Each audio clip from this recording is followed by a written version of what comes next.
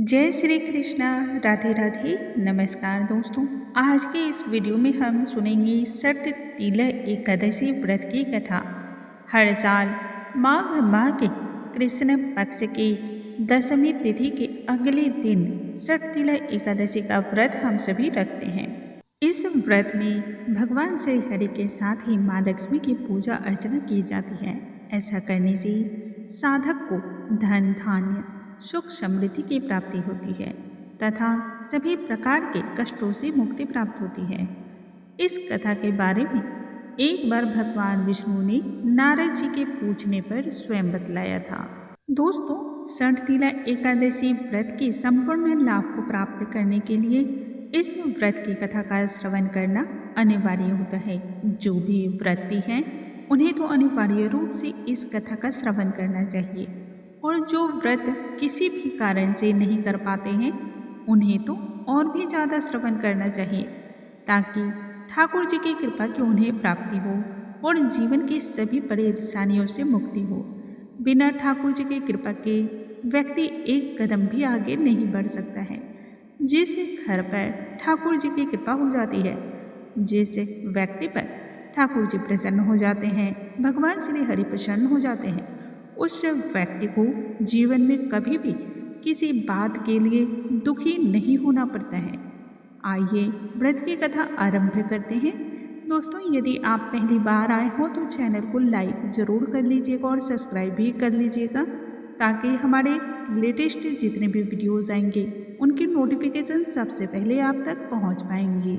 एक बार भगवान विष्णु से नारद जी ने कहा, हे प्रभु, सट तिल एकादशी का क्या महात्म्य है तथा इस व्रत को करने से किस प्रकार के पुण्य की प्राप्ति होती है, यह आपसे मैं सुनना चाहता हूँ। नारद जी की इस प्रार्थना को सुनने के पश्चात भगवान विष्णु ने कहा, हे नारद, मैं आज तुम्हें प्रत्यक्ष देखा हुआ एक वृत्तांत सुनाता हूँ, उसे ध्यानपूर्वक श्रवण करो। बहुत समय पहले की बात है। मृत्यु लोक में एक ब्राह्मणी रहा करती थी। वह सदा ही मेरे नाम का व्रत और उपवास किया करती थी। एक बार वह 1 मास तक उपवास करती रह गई, जिससे उसका शरीर बहुत ही निर्बल और कमजोर हो गया। वह ब्राह्मणी अत्यंत ही बुद्धिमान थी और प्रभु भक्ति में अत्यंत ही लीन भी रहा करती थी, लेकिन फिर भी कभी भी उसने आजीवन देवी देवताओं तथा ब्राह्मणों के निमित्त कभी किसी प्रकार के अन्न का दान नहीं किया। मैंने जब चिंतन किया कि इस ब्राह्मणी ने उपवास आदि करके तो अपने शरीर को पवित्र कर लिया है तथा इसकी पवित्रता से इसे वैकुंठ लोक को भी प्राप्त हो जाएगा, लेकिन जब इसने कभी अन्न का दान ही नहीं किया, तब इसे वैकुंठ लोक में अन्न किस प्रकार से प्राप्त होगा, क्योंकि अन्न के बिना जीव की तृप्ति भला किस प्रकार से हो सकती है। ऐसा चिंतन करने के पश्चात मैं मृत्यु लोक में गया और उस ब्राह्मणी से अन्न की भिक्षा मांगी। इस पर उस ब्राह्मणी ने कहा, हे योगीराज, आप भला यहाँ किस वजह से पधारे हैं? मैंने कहा, मुझे भिक्षा चाहिए। इस पर उस ब्राह्मणी ने मुझे मिट्टी का एक पिंड दे दिया, अर्थात मिट्टी का एक ढेला। मैं उसी पिंड को लेकर के स्वर्गलोक वापस आ गया। कुछ समय व्यतीत होने के पश्चात उस ब्राह्मणी को मृत्यु आई और शरीर का त्याग करके वह ब्राह्मणी स्वर्गलोक में आ गई। मिट्टी के पिंड के प्रभाव के दान से ही उसे एक ऐसे घर की प्राप्ति हुई जो महल के समान थी।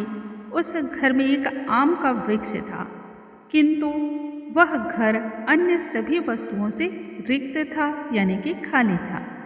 ब्राह्मणी घबराई हुई मेरे पास आई और बोली, हे प्रभु, मैंने आजीवन अनेक प्रकार के व्रत किए हैं, तप किए हैं और आपकी आराधना पूजन किया, किंतु फिर भी मेरा घर वस्तुओं से रिक्त है। इसका क्या कारण है? तब मैंने कहा, तुम अपने घर अब जाओ, क्योंकि तुमने कभी भी अन्न का दान नहीं दिया, इस वजह से तुम्हें यह दुख प्राप्त हुआ है। तुम अपने घर की ओर लौट जाओ, और जब देव स्त्रियां तुम्हें देखने के लिए आए, तब तुम उनसे सठ तिल एकादशी व्रत का महात्म्य और उसका विधान पूछ लेना। जब तक वह ना बताए तब तक अपने द्वार को मत खोलना। प्रभु के इस प्रकार के वचन को सुनकर के वह ब्राह्मणी अपने घर लौट आई और जब देव स्त्रियाँ आई द्वार खोलने के लिए कहने लगी, तब उस ब्राह्मणी ने कहा, यदि आप मुझे देखने के लिए आई हैं तो सबसे पहले सठ तिल एकादशी व्रत का महात्म्य बतलाइए। तब उनमें से एक देव स्त्री ने कहा, यदि तुम्हारी यही इच्छा है तो ध्यानपूर्वक श्रवण करो। मैं तुमसे एकादशी व्रत और उसके महात्म्य का विधान कहती हूँ। जब उस देव स्त्री ने सठ तिल एकादशी का महात्म्य सुना दिया, तब उस ब्राह्मणी ने अपने द्वार को खोला। जब देव स्त्रियों ने उस ब्राह्मणी को देखा, तब उन्होंने पाया कि यह सभी स्त्रियों से बिल्कुल ही अलग है। उसके पश्चात उस ब्राह्मणी ने देव स्त्रियों के कहे अनुसार सठ तिल एकादशी का व्रत किया और फिर दान और पुण्य किया। इसके प्रभाव से उसका घर धन धान्य अन्न इत्यादि से भर गया। अतः हे मुनि, मनुष्यों को अज्ञानता को त्याग करके सठ तिल एकादशी का व्रत उपवास करना चाहिए। इस एकादशी व्रत को करने वाले व्यक्ति को जन्म जन्म की निरोगता प्राप्त होती है। मनुष्य के कायिक तौर पे वह बहुत ही अस्थिर और शांत चित्त वाले होते हैं। यह उपवास मनुष्य के सभी प्रकार के पापों का नाश करने वाला होता है। इस उपवास के और इस कथा के श्रवण से व्यक्ति का उद्धार होता है और जीवन में सभी प्रकार के सुख की प्राप्ति होती है। सठ तिल एकादशी का व्रत की कथा के श्रवण मात्र से, पठन मात्र से ही व्यक्ति को सौभाग्य की प्राप्ति होती है। व्रत करने वाले व्यक्ति को दान अवश्य ही करना चाहिए। जल का दान, जूते और वस्त्र का दान और काले गौ, काले तिल का दान करना चाहिए। विद्वान पुरुष को चाहिए कि वह तिल से भरे हुए पात्र का दान करे।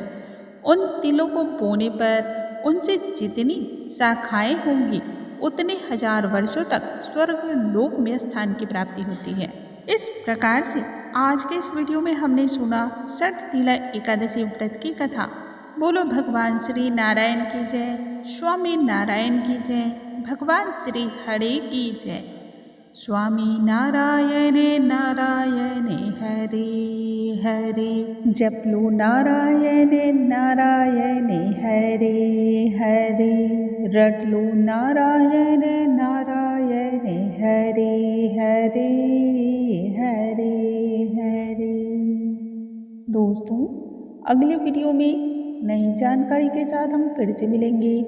तब तक के लिए नमस्कार दोस्तों।